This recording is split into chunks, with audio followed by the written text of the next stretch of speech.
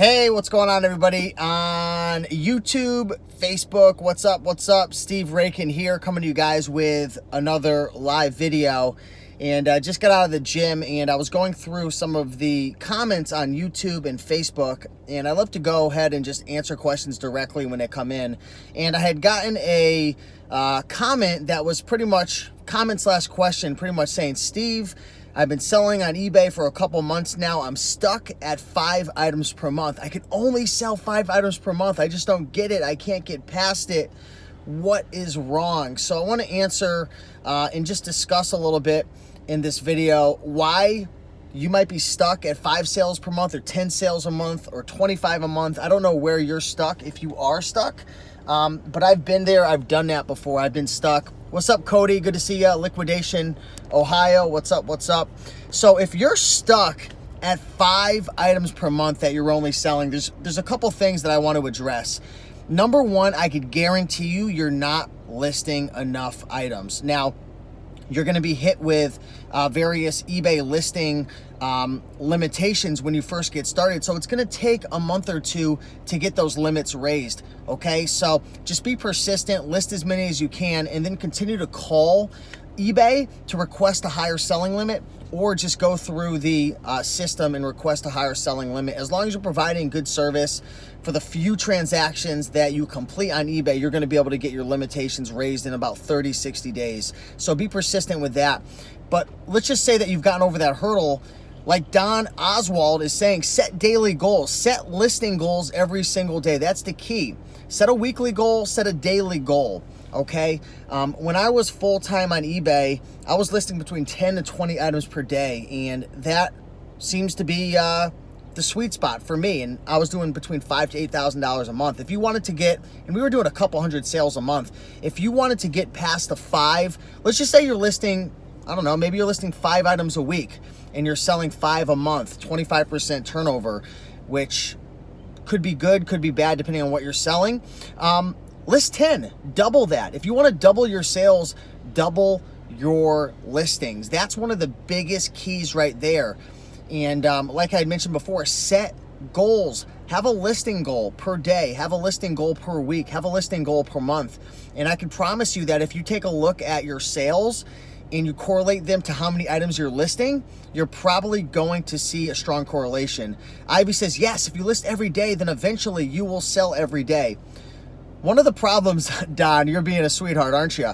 One of the problems that a lot of people have is they start to make sales and then they stop listing because they're like, oh, things are going well, I don't have to list anymore. That's incorrect. When things are going well, you want to list even more. When things are going poorly, you want to even double down. You want to list even harder, because when you list items, you don't see the ROI instantly. A lot of times it's a week down the road, 2 weeks down the road, right? Can anybody relate to a time when things were slow and you said, you want to know what, I'm going to just list, I'm going to go into overdrive, and you do, and then 2 weeks later you have the best sales week ever? That's just how it works. When things are going well, keep listing. When things are going bad, double up on the listing. A couple people asking about the Green Room. That's a membership website that I run with a couple of guys. You can check that out at greenroomuniversity.com. We've got about 750 members over there, so it's a cool community for beginner eBay, Amazon sellers and intermediates as well. Connecticut Girl says, do you schedule listings or physically list every day? For the most part, what I do and my students and people that I associate with, they mostly just list every single day. I have experimented with scheduling out my listings. Say I was really busy or I was going on a vacation or something and I had somebody shipping for me, I would schedule out the listings, because I've found that it's very beneficial to, let me put it this way, I would rather list 10 items a day, 7 days a week, versus listing 70 items in 2 days. I just find that the algorithm favors consistent, gradual listing. Now, that might be a myth, that could all be in my head, so take it with a grain of salt and experiment with everything that I talk about. But that's definitely something you want to consider. Now, if you're stuck at 5 sales a month and you've doubled your listings and you're still not doubling your sales, which you might not double your sales, but I would definitely say you'd have a good boost in sales. If you're stuck and you've already listed more, but it's not working, you want to take a look at, hey, what's up, Axel? You want to take a look at the quality of items that you're listing. because you might double your listings and you might list twice as much, but if you're listing garbage that doesn't have a market, then really what are you doing? You're like a hamster running on the wheel. So, one thing that I would recommend is making sure that you're getting into items that have a market. Now, how do you know if an item has a market? Do your research before you buy the item. I've got some videos coming out this week that I'm scheduling out that are going to talk a little bit more about this. But before you buy an item, research it. How many times is it selling? How much is it selling for? How many sellers are there? Do you feel that you could come into the market and make that sale?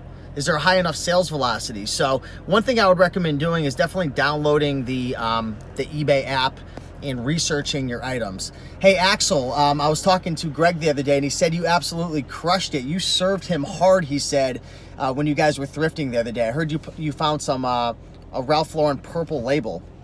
It's pretty crazy. Ken in Wisconsin, depends on what you were selling. It does. Somebody was talking about does seasonality matter? It does at times, right? There's a lot of people who won't pick up summer items if it's in the winter. I still will.